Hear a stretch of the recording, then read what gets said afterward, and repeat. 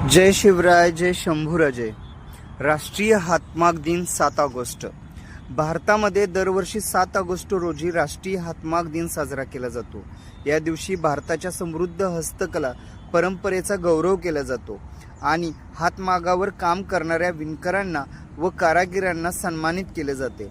हातमाग उद्योगाचा देशाच्या सांस्कृतिक आणि आर्थिक प्रगतीत महत्त्वाचा वाटा आहे। इतिहास आणि महत्त्व। 7 ऑगस्ट हा दिवस निवडण्यामागे ऐतिहासिक कारण आहे। 1905 साली याच दिवशी स्वदेशी चळवळ सुरू झाली होती।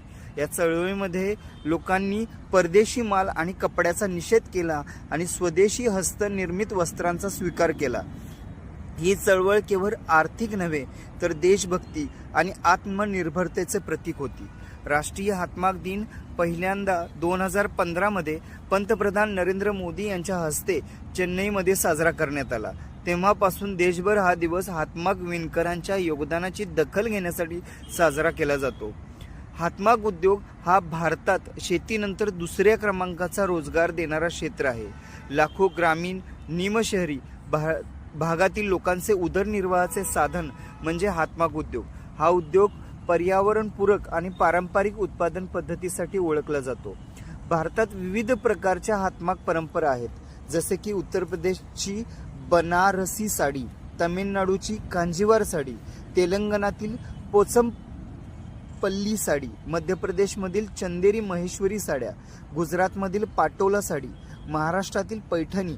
या सर्व साड्या आणि कापड प्रकार केवळ सुंदरच नाहीत तर त्या प्रत्येक प्रांताच्या संस्कृतीचे प्रतीक देखील आहेत। उत्सव आणि कार्यक्रम।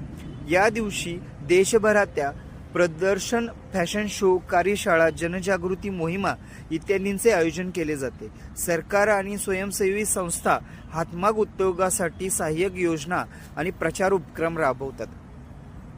राष्ट्रीय हातमाग दिन आपल्याला आपल्या परंपरागत हस्तकलेचे संरक्षण करण्याचे महत्त्व सांगतो।